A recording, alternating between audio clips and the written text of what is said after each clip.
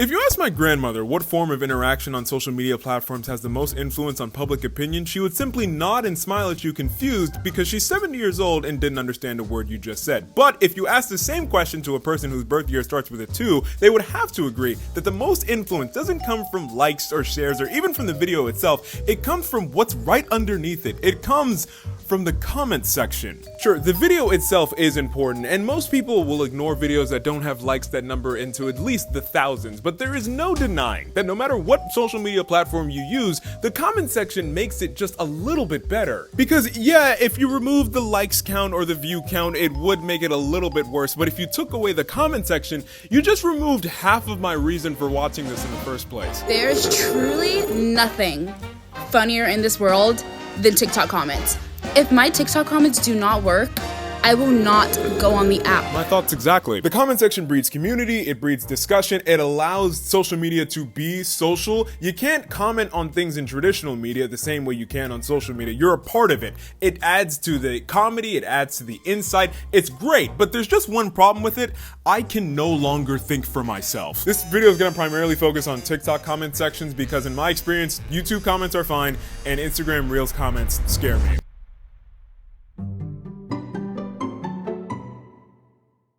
After 30 minutes of scrolling on TikTok, you can easily be confronted with hundreds of opinions and various takes on various different topics. And because you can't know everything about everything, a lot of these topics and different opinions are going to be about subjects that you aren't exactly an expert in, which is fine. But the thing is, when you don't have a rock solid sense of self and self-confidence or whatever, and you're also not well educated on the topic, it's a lot easier to just be swayed by the opinions of other people. It's like saying, I don't know much about this, but you seem loud and confident, so I'm just gonna trust you. And if you do this over and over again, you start to lose trust in your own opinion and you become more and more reliant on the comment section to do your thinking and feeling for you.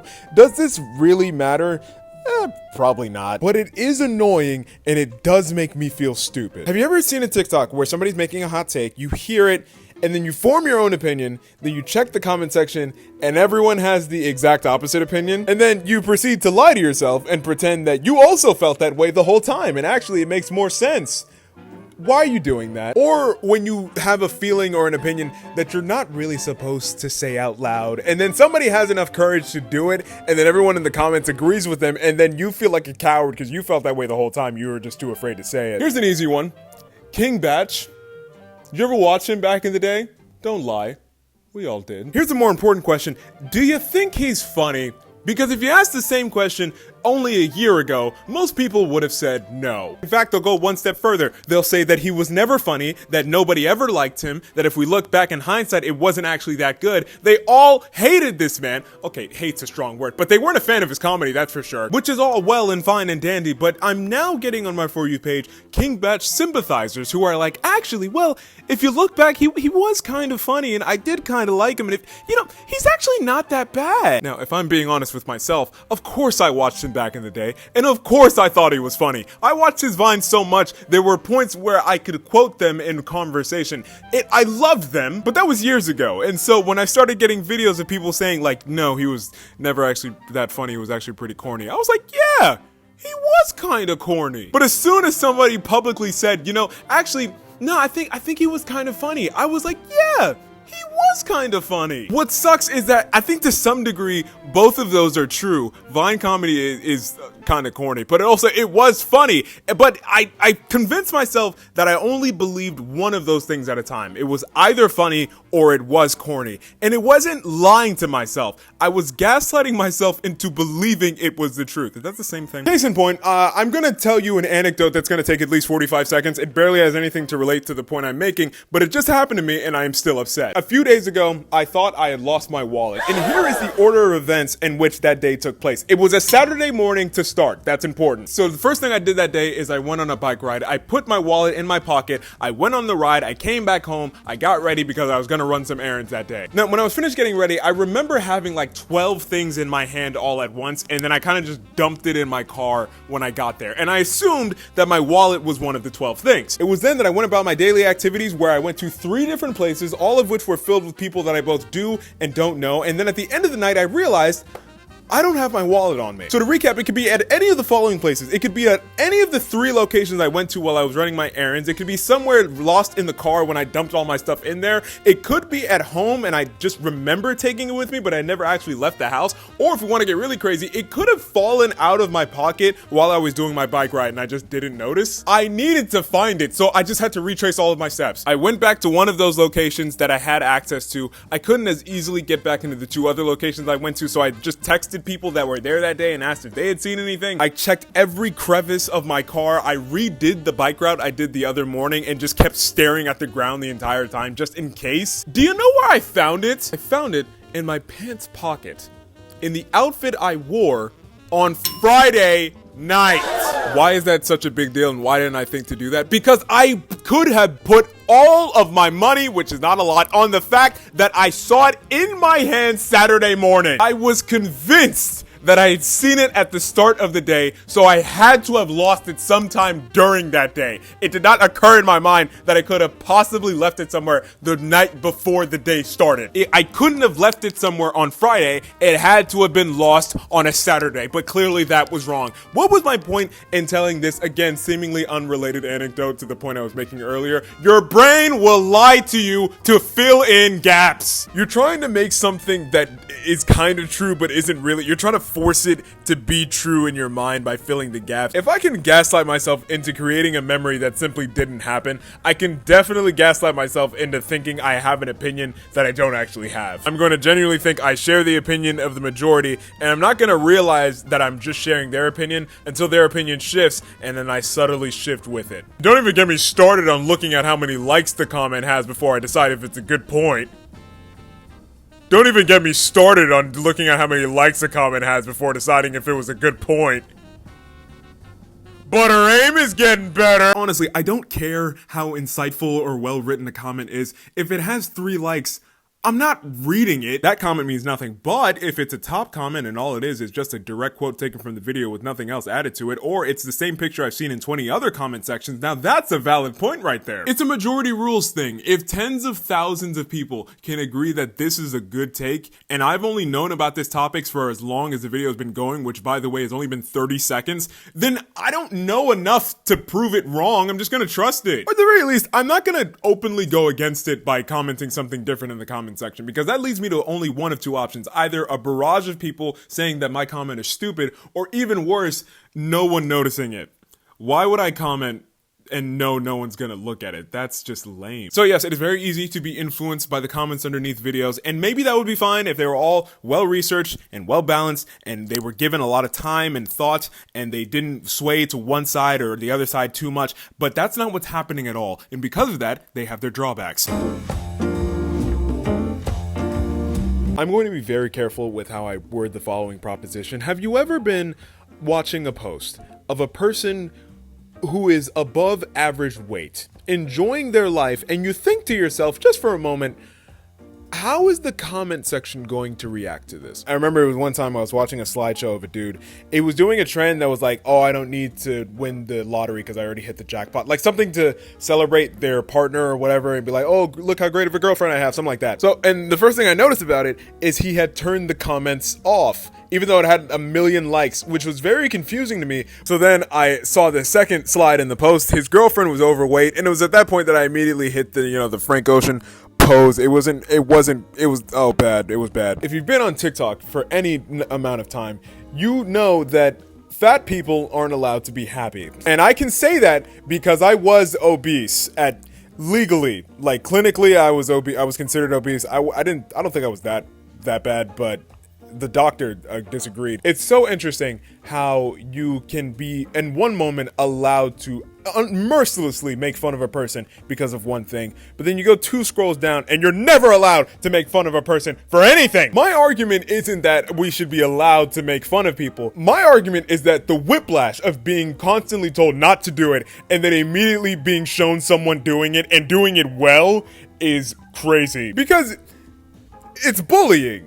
Right? It's just bullying. It's openly bullying. But the thing is, yes, it's bullying, but also it is objectively funny. To me, bullying only works when it is funny. It has to be funny. That's why I don't consider Disney Channel or Darman like type bullies to be helpful to any degree. It's not realistic. Those guys aren't funny. They're lame. Somebody should be bullying them. With that being said, opinions from comments like this can be a subtle danger because in my experience, when you're presented with ideas that you find offensive, you usually like reject them pretty quickly because it's almost like your shields are up. You don't let anything unsavory enter your domain. But if somebody presents it as a joke, it's something that's making you laugh, your shields are down. Like, this is funny, we're all just joking. So we're allowing ourselves to take in ideas that we normally wouldn't take in because it's just funny, it's just jokes. Like, can you think of that one favorited TikTok that you have that you want to repost but you can't because you can't let everyone around you know that you're evil?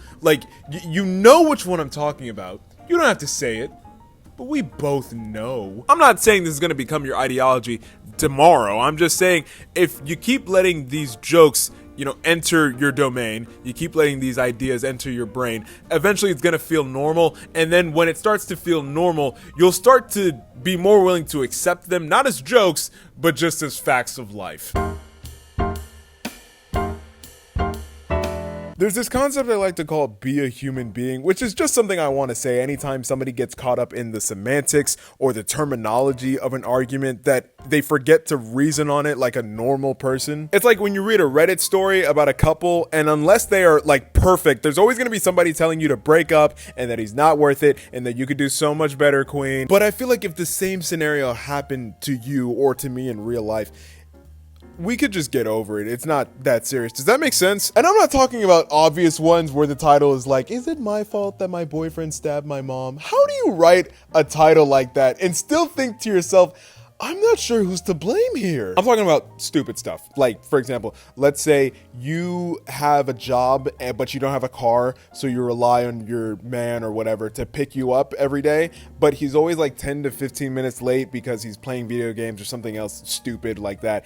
And it kind of bothers you a little bit.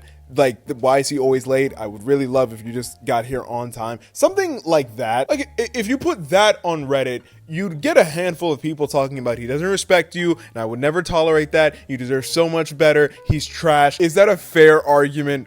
Sure. Counter argument. Does that make sense? I'm not gonna lie, I felt very dumb having to write this into words to explain it to you, but I'm sure you get where I'm going, right? Like, yes, talk about it and express how you feel and ask him to change. But if it still happens and he's overall a good guy, you know, look, I could be wrong, but when you're forced to look at a scenario from a human perspective and not just a digital and analog right or wrong perspective, it's not that cut and dry. And sometimes you just kind of deal with things. Like, if it's really bothering you and he just won't change, then fine, leave him. But I think if it was something that was just like mildly irritating you and then you told the internet what happened and then they all convinced you that this was a war crime against your humanity and womanhood, then and now it's become like offensive to you. Do you see how like that's not this where we got wasn't helpful. Where you were was an okay place to be. We started with, oh yeah, this is a quirk I don't like. We ended up with, actually it was a sign that he never actually loved you in the first place. This sounds wrong, but I feel you understand the vibe of what I'm saying here. My point is that life, there's a lot of weird gray areas, and online discourse has space for black, dark gray, light gray, and then white. So there's a little bit more nuance than just black and white, but it's still not quite enough for daily life, I think, in a lot of cases. Much of internet discussion and opinion is, it changes too quickly. Like, people don't talk about things solely because it's such a burning issue in their heart they just had to share with the world. That can happen, but also a lot of the times it's just because it's, you know, it's the trending story, it's the opinion of the week, it's just what everybody else is talking about, so I have to pretend that I care about it as well. And this is more of a general social media trend than just any particular comment section. And the media and content that people make, it's just, you know, go with the flow. What does the main population care about right now? Let me hop on that. For example, I found it so interesting when the war in Ukraine first broke out and you saw people with their profile pics and even companies changing their company logo colors to be the Ukrainian flag colors, because I saw them do that and my first thought was just, When do you take that down? At what point do you say to yourself, all right, we can wrap it up, right? Or when there's a joke on TikTok, and again, it's the joke of the week, and everybody references it for like the first day, and then the second day leading into the rest of the week, people keep adding to it and making more and more obscure references to it, and everybody enjoys it, and it's a good time. But then in week 2 of the joke, somebody makes one TikTok where they're like, it's not that funny, and then everybody in that comment section agrees that it wasn't that funny, and from that point on, that joke has like 2 days left in it max before it dies, and then a year later, somebody's gonna be like, hey, do you remember that one joke where we all said this, and then they're dying laughing, and then everybody in that comment section is like, yeah, I remember that was such a great time. What is wrong with you people? I feel stupid every time I let myself be influenced by this because it reveals a serious lack of backbone on my part. I gotta stop pretending to care about things I'm not well informed in and ultimately don't care about. Honestly, I don't care that the WNBA wants more money even though they seem to be bad at their sport. I'm not good at basketball either, but apparently according to the people on TikTok, neither are they. Clips, yeah, they don't look great, but I don't really care about this. Why does every video I watch have a guy screaming at these women? I don't care. However, sometimes you can use this flip-flop behavior to your advantage. Case in point, Benson Boone. For a long time, people have been making fun of him for the way he looks and the way he acts. And of course, the lyrics to the only song I know by him make absolutely no sense, and people have been having a lot of fun with that. Mystical! Magical! But the interesting thing about it is that he does something that a lot of celebrities and famous people can't do. He takes criticism and hate pretty well. So honestly, if he just sticks it out, he'll be fine. I truly, wholeheartedly believe that if he just does this for long enough, they're gonna end up loving him, because this is exactly what's gonna happen. What they've done so far is, haha, you're weird and stupid and we hate you. And what he's done so far is, okay, and then he's continued to be what he is. And so yeah, they're gonna keep doing the haha, you're so stupid jokes, whatever, but jokes on TikTok die out within a month. So once that stops, he hasn't yielded, he hasn't changed because of them, and he's just gonna continue to be himself. And now, because the jokes have stopped, he's just being himself. One person is gonna be like, you know what?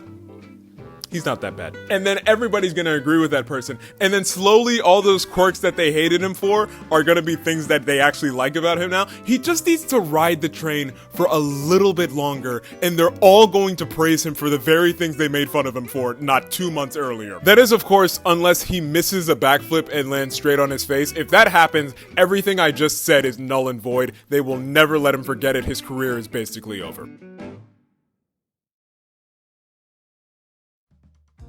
In my experience in growing up in an immigrant household, there is a strong implication that having a different opinion is inherently wrong, and that's the thinking that I have to kind of break myself out of. I'm not talking about big stuff, all right? I agree with big stuff, but that's not even really an opinion. You should like respect parents and all that. My thing is just, if you have a different idea of how to tackle a situation or how to handle a problem or how to greet or approach someone, that's not inherently a bad thing in and of itself. A lot of times there is more than one valid way to approach a situation, but that is not the opinion of the immigrant mind. I feel like that was bordering on ambiguously racist, but we didn't quite cross that yet. The environment is designed to tell you what to think instead of teaching you how to think, the art and skill of thinking on your own. It's like when a dog poops on the floor and then it hears its owners in a suddenly loud and angry voice and on a frustrated cadence, and it knows that it did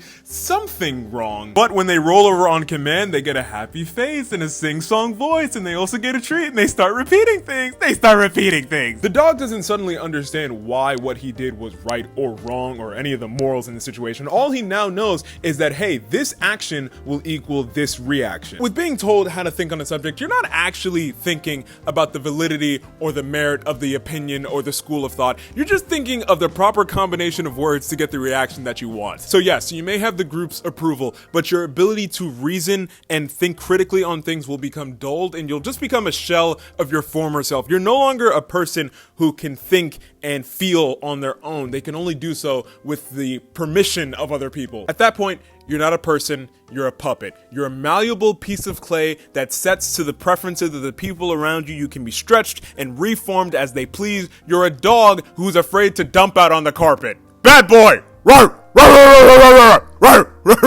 Okay. Can you believe this is how I'm paying for my mechanical engineering degree? I think that's a big reason why I couldn't make friends in my younger years. Not that I was socially awkward and I found people scary. That was true, but that wasn't the reason. But the reason is, even when I learned how to talk to people, I still found it kind of stressful, because what would happen is I would hang out with people for hours, but I wasn't being myself. I was being like a version of myself I thought people would like. So I would say things that would not cause conflict and would not share our personal views or opinions. It was just the most generic stuff that could get everyone to like me. Did it work? Not really. I don't think anybody really cared. So it wasn't benefiting our connection. In fact, it was making it a little worse, because on my part, I didn't feel like they really knew me. To no fault of their own, I wasn't letting them know who I was. Like, I wasn't being myself. I was playing a character that wasn't even a fan favorite. My friends didn't like when I did that. They didn't fully realize that's what I was doing, but I don't think they really cared for it. It was exhausting for me. It was a little bit weird for them. No one benefited from this. I was doing this in an effort to try and make more friends, and it was doing the exact opposite. I just needed to have an opinion and genuinely just share it. Have you ever met someone so confident and assured of themselves and in their opinions and in their line of thinking that it genuinely intimidates you? I found myself observing that in other people a lot more recently, and it's very upsetting to me, because I have friends that are able to just do that. They say what they think and they do what they want within reason, and they're just fully themselves.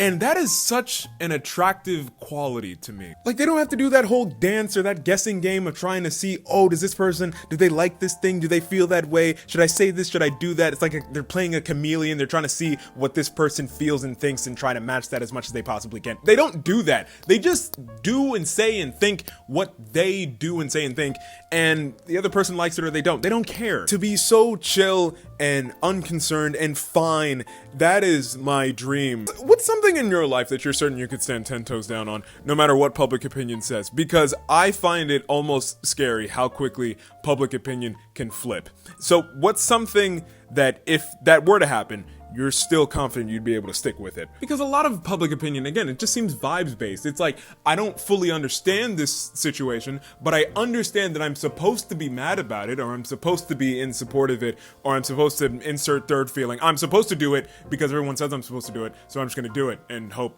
they accept me for it. But when you actually look into the matter, it's not quite as simple as this side or that side, because the issue has probably been boiled down a lot just so it could be widely broadcast to the general public. But if you look into it, it's a lot more complicated than that. I'm not saying you have to apply this to every single thing. TikTok drama is very stupid and does not deserve that type of time, frankly.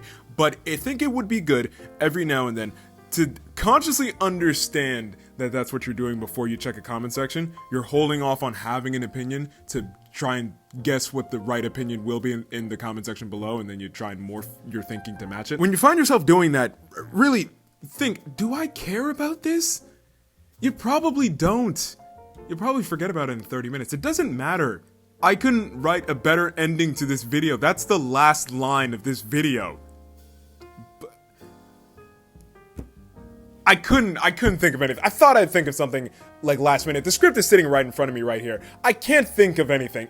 The last line is because you probably don't. I don't even know what the context of that is. I'm staring at the script and I still don't know what the context of that is. I have no way to end this.